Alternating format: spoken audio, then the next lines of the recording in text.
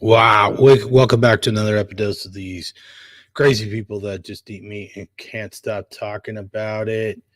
Michael Marsh says 906, huh? Yep. This is 706 to 705.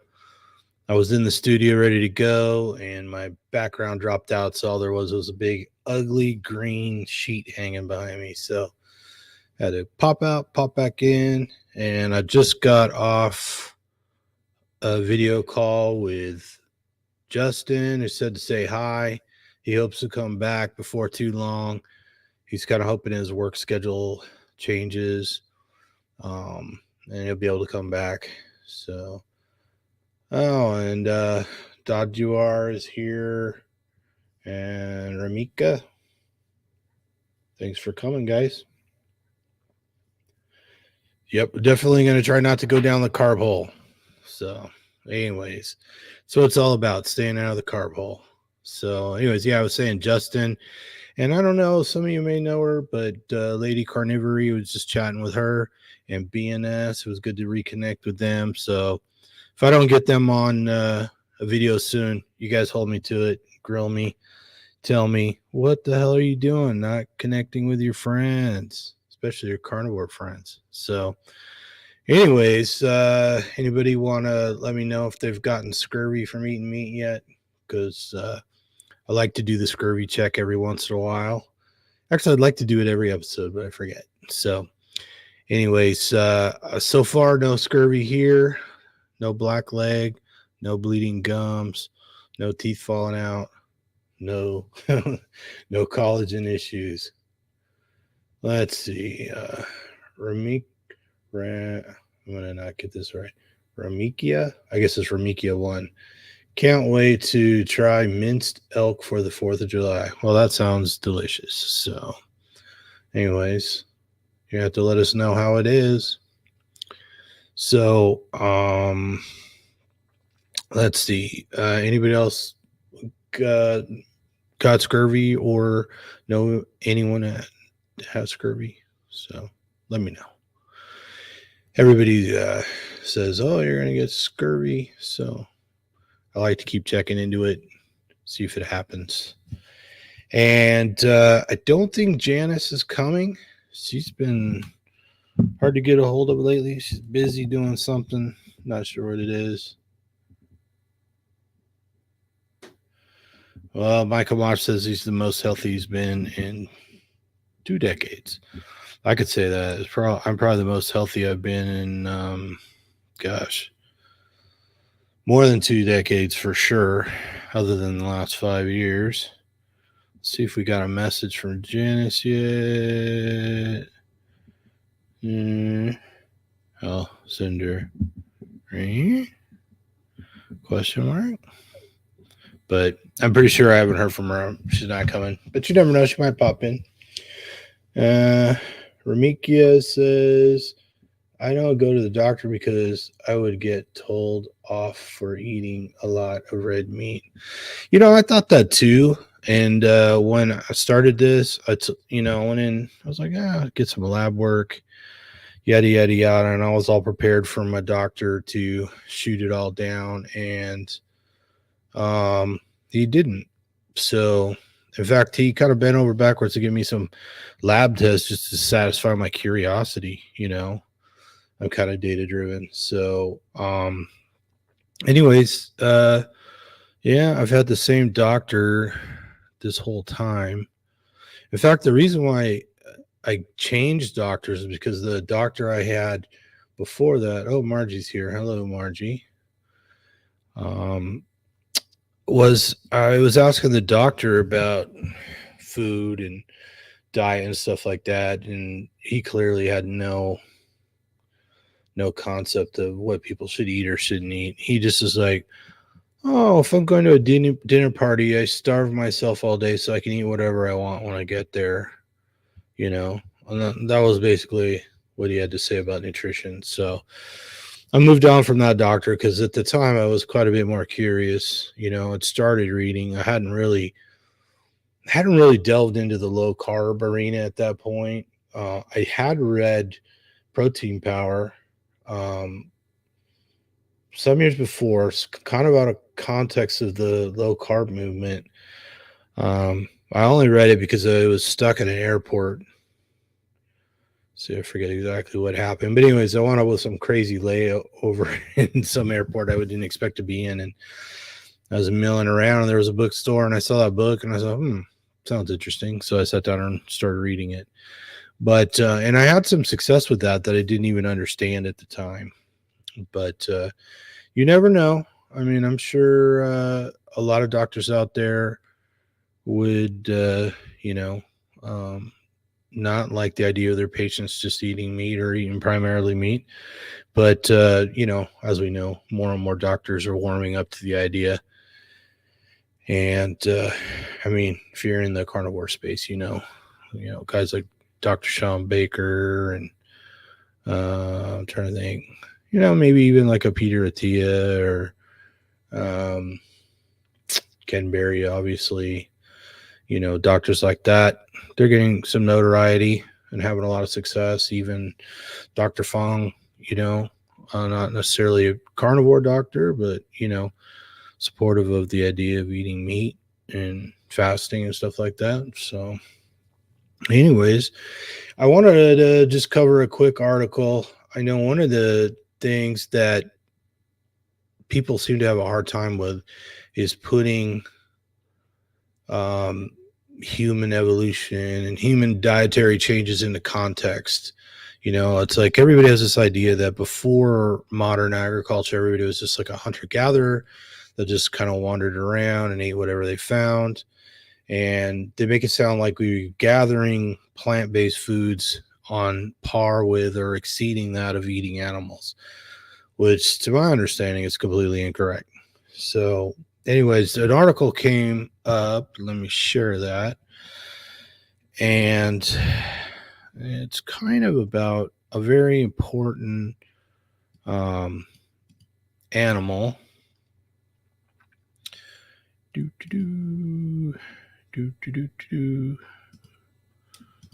it comes.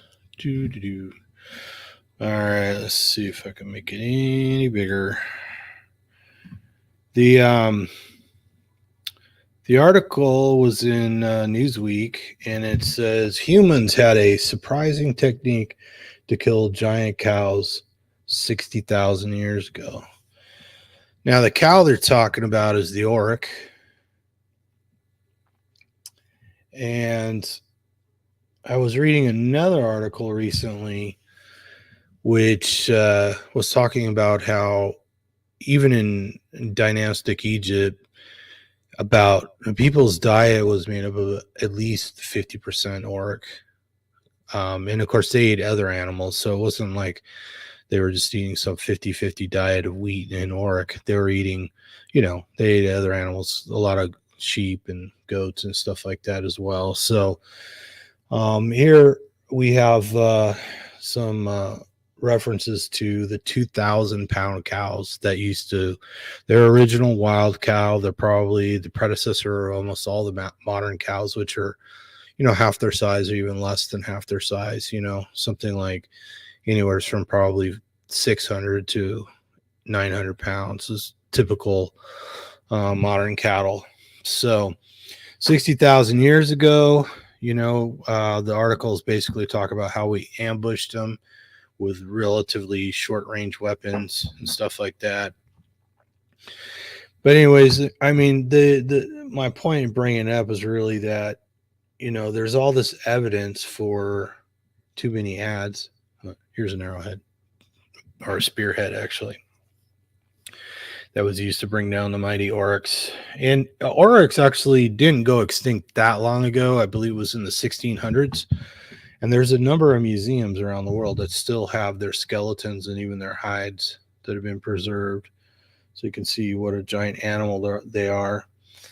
And this was a substantial diet all over the place, at least in Europe and Asia. So very common. Many of the cattle-like creatures that were portrayed in ancient artwork were in fact oryx. So the Apis bull was, which particularly in Egypt and stuff like that, there was a animal that was revered. Their bones were often put in large sarcophagi with a pitch-like material. It's probably the same bull that I believe, was the Minoans often portrayed themselves jumping over a bull. Was both a reference to their food source and the passing of time, or the passing of the age of Taurus. So, anyways, more history about what we ate. And of course, the auric was the food source that replaced the megafauna, which we frequently describe as, mammoths, mammoths, three-toed sloths, all those large animals. Let's see what Ramika says here. What's your favorite game meat? It's hard to say what my favorite is. I don't really get a lot of game meat. It's usually pig. So we have a lot of wild pigs in the West. So California, and of course everybody knows Texas is kind of overrun with wild hogs, wild boars. So I know the ones here in California, they originally came from Spanish and Russian settlers that settled up in kind of central California on the coast, and some of their livestock got loose. And of course, it's an invasive species now. Down here, they're known for tearing up crops, golf courses, soccer fields, even attacking pets, So they're rather voracious. I know the ones locally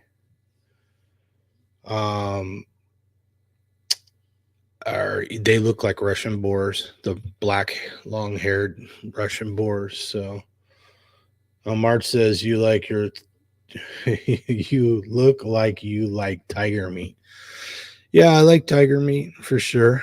Don't get enough of it usually. So it's hard to get fresh tiger meat on the West Coast. But hopefully soon there'll be a steady supply. So, anyways, yeah. I do occasionally get some deer meat. There's not a lot of deer hunting close to where I am, as opposed to the hunting wild pigs, which you can do close by, literally with a walking distance. It's kind of a long walk, but theoretically within walking distance, you can hunt wild pigs year round because they're an invasive species. So you just need a hunting license, a pig tag, and a bow and arrow. So I don't hunt that often because I really just don't have time. But I would like to. I would like to hunt more. Man, I got some pop up in the way that I can't get rid of. I see Ramika posted something, but it's hidden for me at the moment because there is a blank pop-up on my screen hiding her comment. So I'll have to wait to see that till enough people comment that it scrolls up.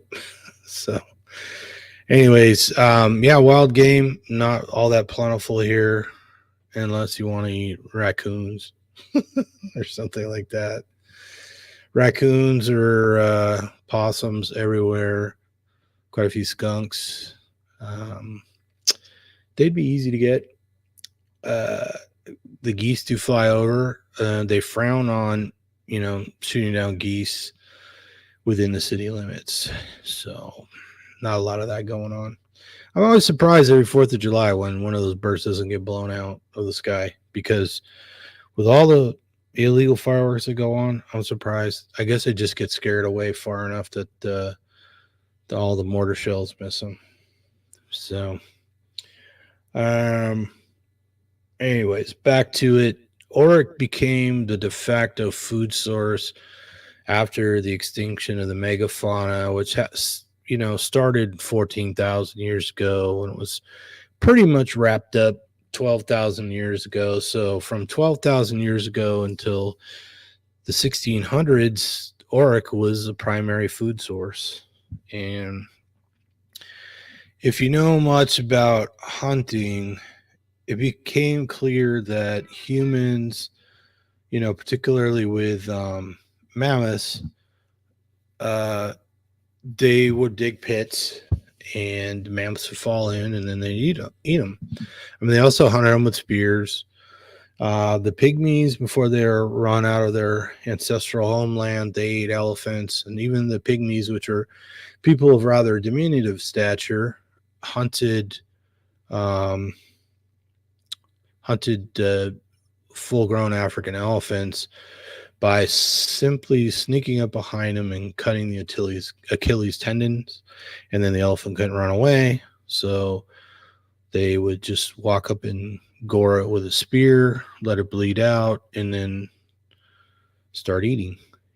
So even up until modern times, the hunting technique of ambushing, pitting, and then demobilizing them one way or the other has been very common. So I know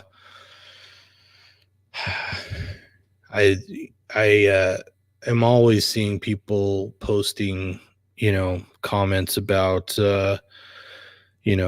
vegans versus carnivores, and plant-based people talking about how meat is bad for us and we should be eating plant-based foods. But I don't think people realize the total sum of all this evidence that we have been clearly eating lots and lots of meat for millions of years. Modern humans have been here for at least 30,000 years, probably much longer, probably 100, 150, 200,000 years. And yes, I was just in a discussion with somebody I know on Facebook who is quite sure that the world as we know it is only 2,000 years old, and that's when the flood happened. Somehow, the same time Jesus was here. And I know I got friends out there who believe that the Earth or mankind at least is much younger, like 2,000, 4,000, 6,000, 8,000 years max. But I'm on the other side of that where when you see an article like this, they say that the timing is off, and it's because all the scientists are in on it and they're lying about how old mankind is. So, and yes, so most of that has to do with biblical references, and I get it. It's an issue of faith for these people. But I don't know. I don't think that's what happened. And I've read the Bible, and that's another issue. People talk about the Bible, and for one, there's multiple versions of the Bible, so there's many Bibles. And of course, there's all the other texts that are not included in the modern Bible. And all these Bibles are made up of books that people interpreted, translated, and didn't necessarily report as they were previously understood. So, anyways, somewhere in there, I think there's plenty of wiggle room to embrace some of the sciences like the stable isotopes, the geologic dating, everything from stratification of habituation sites to ice core samples. And for the record, I think it's pretty clear that the last ice age ended about 14,000 years ago when a large impactor hit the Greenland ice sheet, drastically changed the weather. I mean, it threw a lot of material up in the sky, which probably darkened everything, made everything cold temporarily. But I think this also accelerated the melting of the ice caps, primarily because of the amount of energy that was delivered by the impactor or meteorite. So I think that's where we get our flood myths. I think this triggered the climatic change that brought about the end of the mammoths and the three-toed sloths, and it shifted our food source from the very largest animals to the next biggest animals, which a 2,000-pound cow, not so small. You guys, if you want to throw in a couple of extra comments, I don't know what I've got some malfunctioning pop-up still blocking your guys' comments. If you want to bump it with a couple of, see, was there anything else in here worth? Oh, diabetes is not from sweets. Meet the true enemy. Oh, they're blaming ham. Anyways, let's stop sharing. I think we basically got to the end of that article. So, anyways, yeah, I think that the diet was primarily made up, of course, of things, large ruminant animals, and also, aquatic animals, fish and shellfish and stuff like that. We know from the evidence from the, what's known as the red ochre people or the maritime archaic people, which are kind of all the same group, kind of depending on when and where you're talking about them. They were able to fish for deep sea fish. They had figured out how to make long fishing line out of the baleen from red baleen whales. So they were able to make really long strands of fibrous material. They were quite good at making fish hooks and harpoons and plummets and all that stuff. We still have those artifacts, so I think it also opened up the doors for people to migrate around more readily, because these people were able to clearly get around at least the coastlines all the way from Europe to the eastern United States and Canada. So they clearly migrated that way.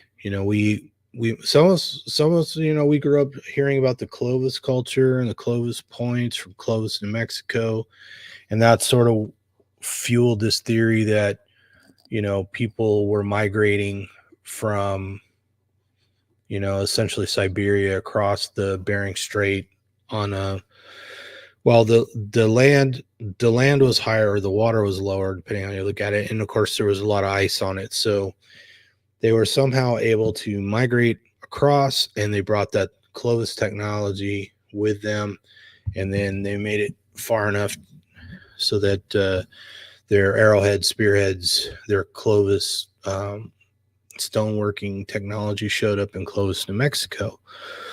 But then after the Cold War, when scientists were able to talk to both sides, from the Russian side and the American side, found out that there was no Clovis technology in Siberia in that region at all.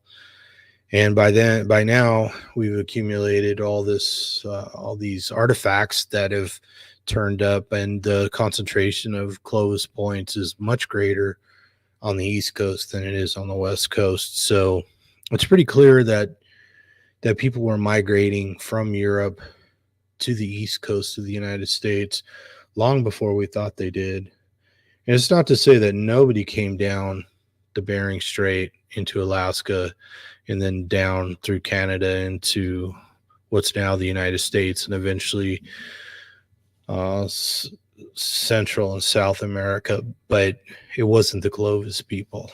So, and we have the Windover Bog people that they found in Florida, clearly European, Caucasian, whatever you want to call it, people that were there a long time ago. And in the West here, you have the Spirit Cave mummy, which is on, I think, Paiute land it is, but it's a Caucasian unrelated to the current Paiute population. So, and again, it's not just that there was other people here before then, but people were more technologically advanced than we thought, because the Spirit Cave mummy is wrapped in a blanket or a tunic that was woven, and it's much older than it was previously thought that people were weaving, especially with the technique that they had. So between all the tools, even just from the Stone Age, pre-Copper Age,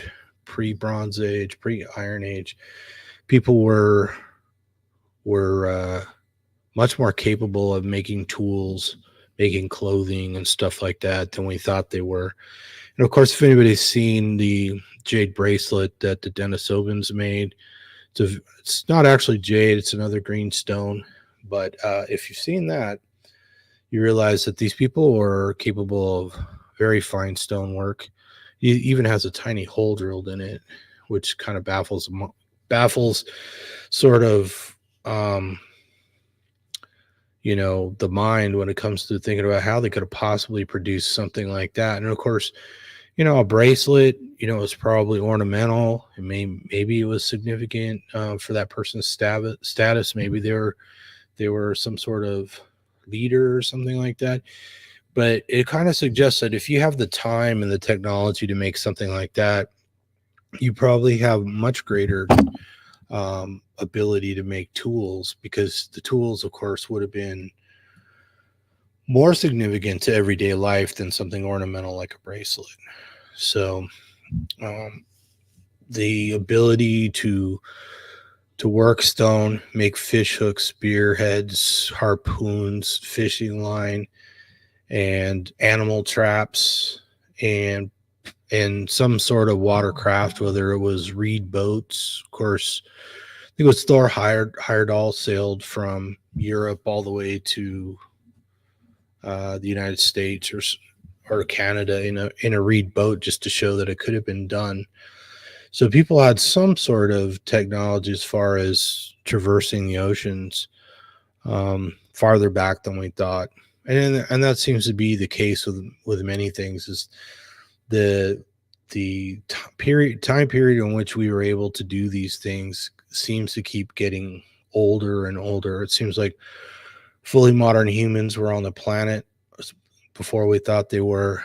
The technology that they had for making tools and clothing, watercraft, and so on and so forth seems to keep creeping back, as does the domestication of animals, particularly dogs. I know they found Danish wolfhound bones in the graves of Peruvians, um, which had to have dated much further back than they thought that breed could have ever gotten here. And of course, nobody knows exactly how they got here, but there are runes in that part of the world. In fact, there's one structure somewhere in the mountains down there where there's more runic writing than most of Scandinavia put together. So at some point, Norse people were here in the Americas doing who knows what. So trading, pillaging, hunting, looking for land. Who knows? We don't know. Probably never will. But other people came too, like the Red Ochre people or the Maritime Archaic people.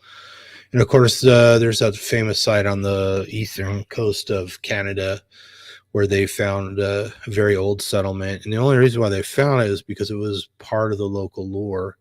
The natives that lived in that area said that people had been populating there for a long time. And now they think that there was an area there during the Ice Age that wasn't under the glaciers, that it was actually, exposed, habitable area with, plants and animals, and it was on the coast. So we keep seeing more and more evidence that human beings were far reaching. They had the ability to eat animals. And of course, this is all very much pre-agriculture. Agriculture doesn't really show up hardly at all until about 10,000 years ago. And of course, it takes time for technology like that to spread, because people aren't in pockets all over the world, aren't in contact with one another. And of course, not everybody was into sharing. So it took a while. And of course, we're all aware of how successful things like wheat are. And that was probably one of the first crops to proliferate. And of course, a lot of people make the argument that wheat actually enslaved humans as opposed to the other way around. I could see that Ramika. Raymond. I can see Raymond's comment now. Raymond says wild frogs. Well, Raymond, if you can eat all the wild frogs you want, every time I ate a frog leg, it tasted kind of swampy, so I'm not a big fan.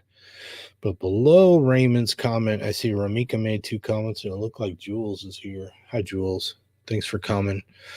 Should have sent you an invite. Slipped my mind, Jules. Next time.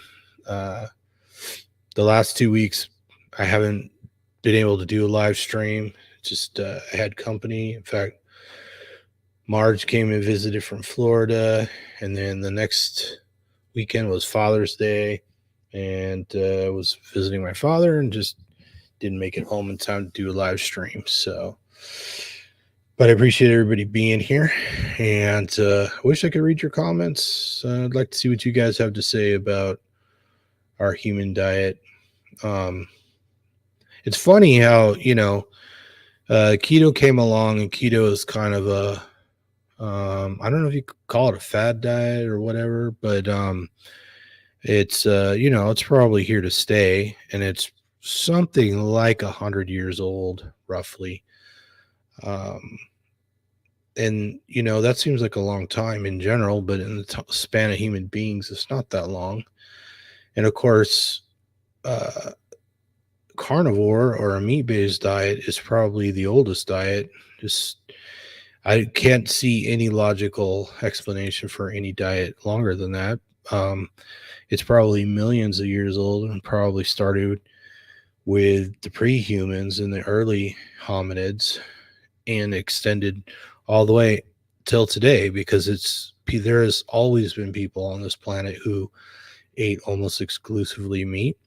And of course, we know, I don't know if a lot of people know, but there are very few natural plants that are edible to human beings. So every plant you see in the produce department at the farmers market, they're basically all man-made foods. They're all adaptations that we made so that we could eat plants which are otherwise toxic enough or irritating enough that we wouldn't keep eating them. So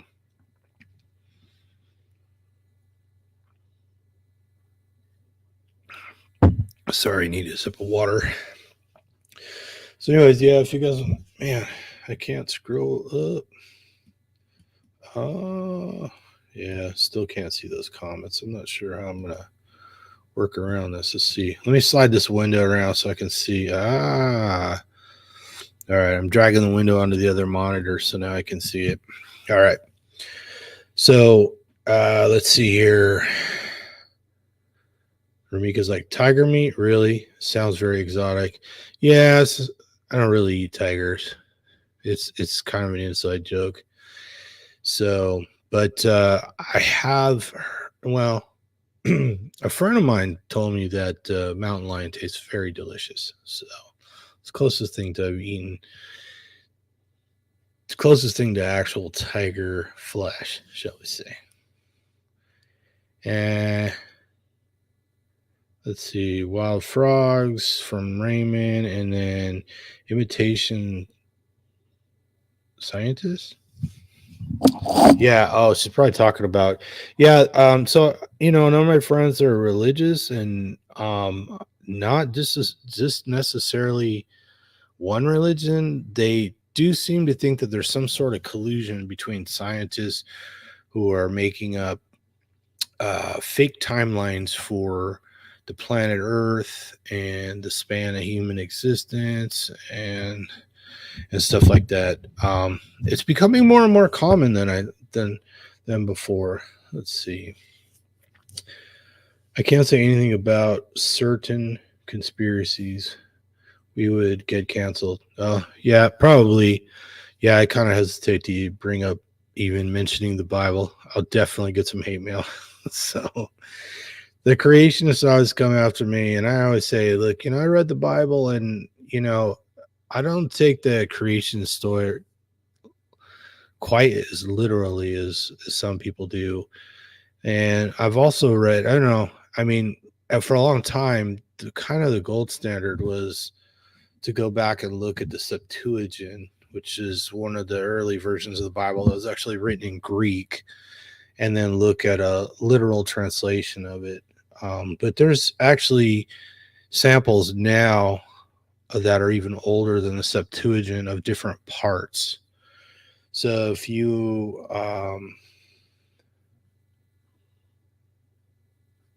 Uh, yeah. So if you're really into that stuff, you can look at compare some of the different versions. And then Jules says, "Hi," and then she says, "Tom, why do you look like you're glowing? Doing something new?" No, I don't know. I just noticed today when I turned the lights on. It might be the lights in here. I looked real shiny for some reason. I'm not sure what that is. At least my head looks shiny. So maybe I got some head wax on or something. I don't know. So, and then Ramika says, all the fruits and vegetables we see today did not exist 2,000 years ago. Yeah, um, there was olives, but even olives, you can't eat olives off the tree. You have to detoxify them. So olives are, I think they typically describe it as being cured. You know, somebody had to figure that out along the way. It's not like, and I have a hard time imagining a lot of the processing of plants that people do to make them edible. I have a hard time imagining much of it getting done pre-pottery. So I don't know if people like to geek out on the stuff like I do, but you basically, you kind of have the Stone Age, and then you get the Pottery Age, the Copper Age, and then the Bronze Age, and then the Iron Age, and so on and so forth. And people, the span of human existence, at least as I see it, starts well before the Pottery Age. And it's kind of hard to think of people curing olives, which at some point they were eating olives, maybe 2,000 years ago, easily, maybe 3,000 years ago, but not 10,000 years ago, not 20,000 years ago, certainly not a million years ago. There's absolutely no evidence for it. And then, take cassava. That's a starchy root where we get tapioca and all kinds of other foods. It's actually a very large food source globally. And again, that has to be detoxified before you can eat it. Same thing with beans. Of course, the modern beans that we eat today didn't exist 10,000, much less a million years ago. So those all have to be detoxified. And even today, we know now that that's a big source of oxalates. So they obviously can make people sick, even if you do soak them and cook them. Imagine trying to cook beans before pottery. You could soak them in something if you could make some sort of watertight container. Maybe it's a rock vessel, or maybe it's a vessel made from animal tissue, something like that. Sure, you could soak them, but then how do you cook them? And the best you could do is have a stone vessel or some really tough hide or something, and then put hot rocks in there, right? So, how long did it take to figure that out? And then let's see. Jules says technically, ketogenesis is what our bodies does when our body adapts to or is in the state of where it needs to optimize. So it's not really a diet, it's a way our bodies work. That's true. The state of ketosis is a natural state. I was just thinking in terms of the ketogenic diet as a concept, just people intentionally putting themselves in a state of ketosis, because most of us lived in a world where we ate a lot of carbohydrates and we were always out of a state of ketosis. Of course, Marge says he's glowing because of tiger meat. Well, could be tiger meat. Put that there. And tigers are full of energy, so maybe that's why I'm glowing. And then Ramika says, what's the difference between an olive 2,000 years ago and the olives today? Yeah, and I don't know what the 2,000-year-old olives look like. I don't know if any of the strains of olive trees that are around today are the same or different, but they all have to be detoxified before you can eat them. I suppose if we took all the plant material in the world, we could find some process to make it less toxic. In fact, I think it was a couple years ago, the FDA approved putting cotton in food. Somebody came up with a process for taking out a substance. I think it was called polyglossal or something like that, because that's what's in cotton that makes it inedible to human beings. And somebody figured out a way to remove that, and now it's been approved. I haven't actually seen it listed as an ingredient. I haven't seen anybody eating cotton except maybe some moths, but I,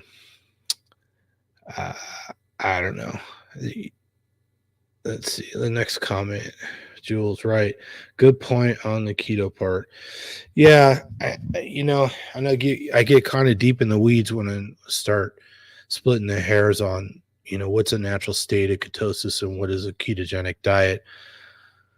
Um, but I think in the long run, it helps people understand what's going on and what we're doing, right? Because I don't necessarily subscribe to the idea that everybody needs to have a certain clinical level of ketones in their bloodstream in order to be healthy.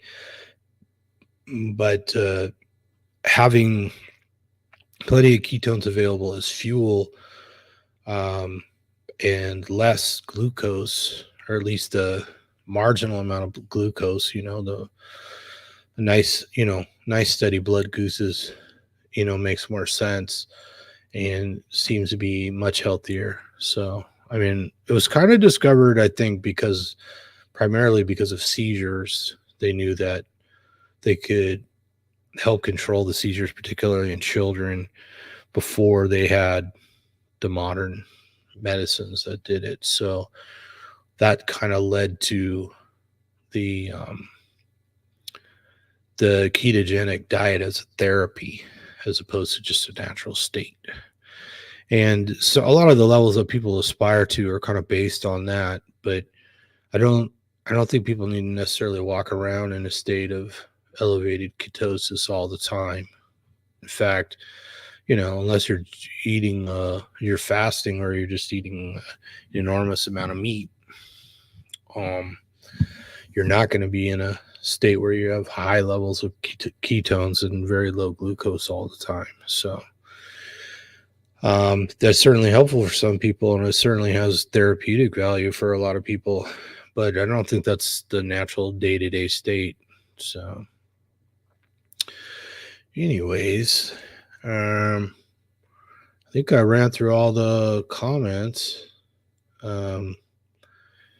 Only been at it about 43 minutes here, but I kind of got to the end of what I wanted to talk about today, which is primarily mentioning the Oryx, and doing a little scurvy check. I don't see any comments on anybody having scurvy yet.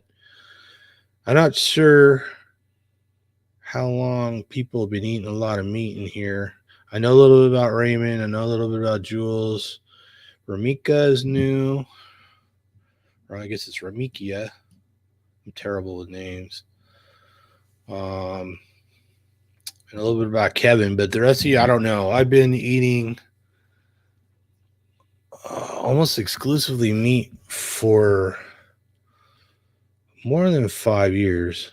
I haven't done the math recently, but anyways, the first time I tried it was the end of 2017 sometime. I was experimenting with the ketogenic diet and fasting and had amazing results, but I found myself just wanting to eat more meat. And for me, the ketogenic diet was less than 20 grams of carbohydrates a day, moderate protein, and the rest fat, lots and lots of fat. And it just wasn't enough protein for me. And I think that's why I had the natural inclination to eat more protein or eat more meat, And so, of course, now I weightlift every day. So I'm even more acutely aware of how much protein I need. But I did an experiment. I was just like, hey, I'm just going to eat meat and see what happens, and of course the big scare was, oh, you're gonna Scrolling down to see if I got all the comments. Um, the the big fear is gluconeogenesis, right? Are you going to spike your blood sugar and thusly spike your insulin levels if you eat too much meat? And you can, you certainly can. And ideally you want to have enough fat to fuel your energy demand, and then have protein to rebuild or continue building your tissues in your body. Um, I did hundreds and hundreds and hundreds of finger sticks measuring glucose levels and ketone levels and all that. And at the end of the day, uh, it seemed like it was pretty darn predictable what would happen. And I mostly eat to um, I eat in a ballpark of what my protein demand should be for somebody with my mass and my output. And of course, anybody who's been around long enough knows that calories are kind of a rule of thumb. They don't really predict energy demand very well. And of course, if you're eating protein to build and rebuild your body, it really has nothing to do with calories. You just have a rough idea of how much protein you want to take in based on your size, and how much, let's say in my case, increasing muscle mass. And really calories is not part of that equation. So it's more a matter of how much energy am I going to expend, and or did I expend, and how much do I want to try and use onboard fuel source or just body fat as fuel, versus how much do I want to supply, in the form of eating fat. So um, you don't really spend a whole lot of time with that. At the end of the day, you can calculate the caloric demand and it'll give you a general idea. Of course, we know it's a very imperfect unit. And then from there, you got to work it out. It's, no matter how much how you feel, how much energy you have, how much output. And I've mentioned many times before, an average day based on monitoring and all that, my caloric demand is a minimum of probably 3,500 calories. My many days that are over 5,000 calories, and a real extreme day is like 10,000 calories. So, and I, I, I couldn't eat 10,000 calories in a day if I wanted to. That'd be like a full-time job and not getting anything else done. And the only days I'm going to burn that much is when I'm really busy doing very physical things. So anyways, you wind up making up for it later. So, and of course, as always, I mentioned a million times, my goal is to keep getting stronger and to keep getting leaner until I get to a point where I feel is optimal. So back to the comments. Mika asked if there's anything new. Nothing really new. I did completely give up on the egg experiment. Eating whole eggs was problematic because I happened to start that experiment in time for the egg shortage to show up. And then I think even when I had enough eggs, I realized it's just too much fat. I couldn't eat that much fat, that many egg yolks. I am back to using egg whites. They're just very convenient, to be honest with you. I know I've talked about this a lot, so bear with me, but I spend a lot of time during the week at the office or sitting in traffic, or at the gym. So I'm not home. I've got to take my food with me. So I prep all my meals on the weekend, or at least many as I can, which is mostly meat, like steak, like New York strip and chili and shrimp. And of course, egg whites help you get the extra protein in. And it's just kind of hard to beat. I mean, there's all kinds of powders you can buy to make protein shakes, and it do have Naked Whey and Vital Proteins, collagen powder, and stuff like that. There's nothing wrong with them. They're just less convenient than buying pasteurized egg whites. It's kind of just hard to beat. So I'm back to that. I have like I don't know, 16 ounces of egg whites once or twice a day.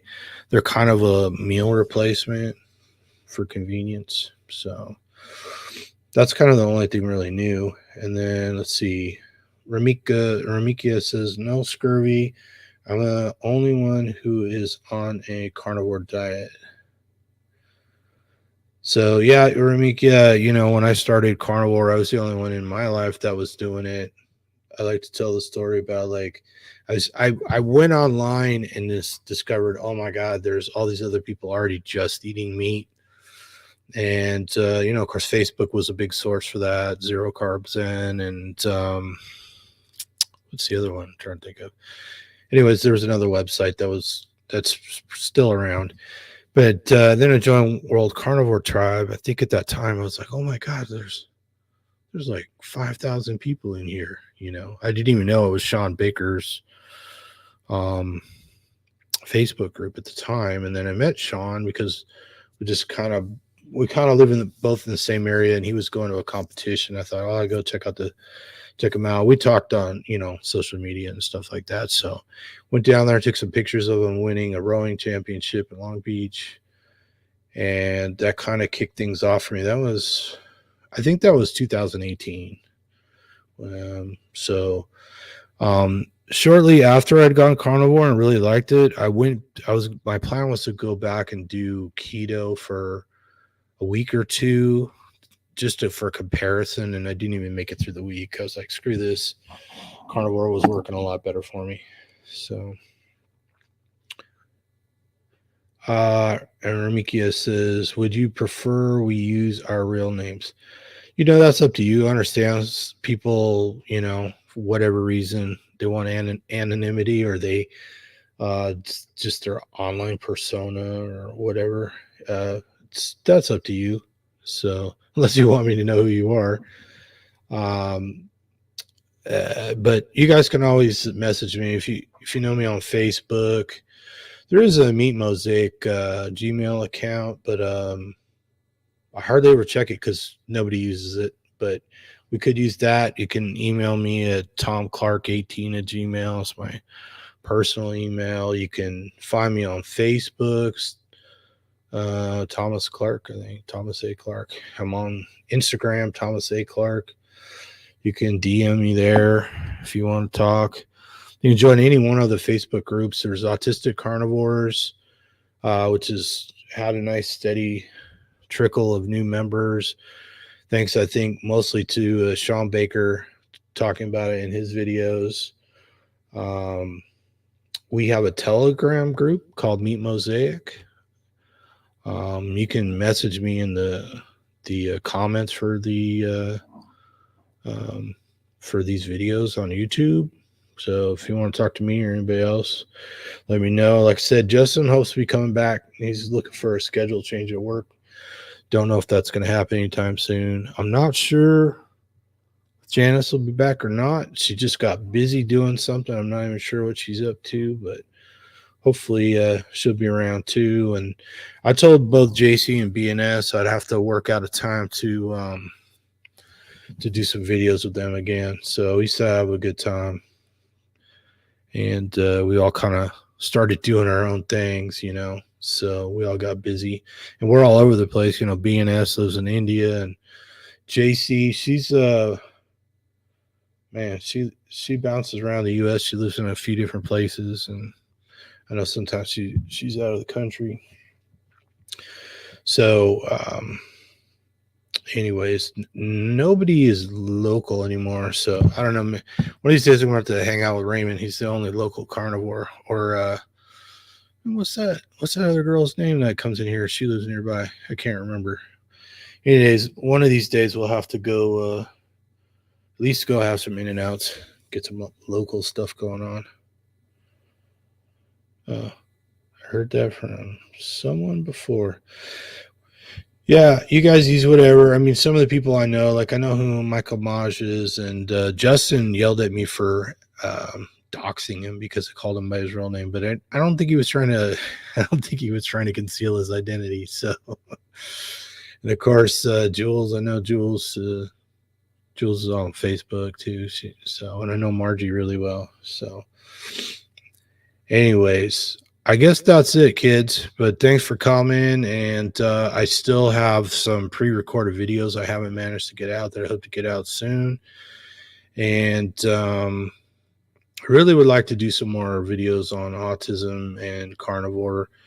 So if you guys got any input on that, I know Jules probably helped me out with that. So, but I'm thinking about hitting up Bart and specifically have a discussion video with Bart on um, uh, metabolism, mitochondrial function, autism, autistic symptoms, and stuff like that. So I need to nail that down. And of course, Joe's been after me to expand that, and Jules came up with a similar idea of inviting some notables on for those specific topics. And I have not been around to make that happen. So, anyways, but hopefully soon. Hopefully soon, because we got some resources all around the world we could talk to about that subject. So I know not everybody here is here for that, but oh, Raymond says have a great week. He's going to attempt to make some sausage. Well, good luck with that. Let me know how it comes out. You need me to come over and sample some of your grilling work. Let me know. So, anyways, until next week, I think I'm going to sign off and see about grilling some tiger meat or something like that. So, anyways, everybody, until next week, eat some meat, feel better, and whatever you do, don't fall down that carb hole.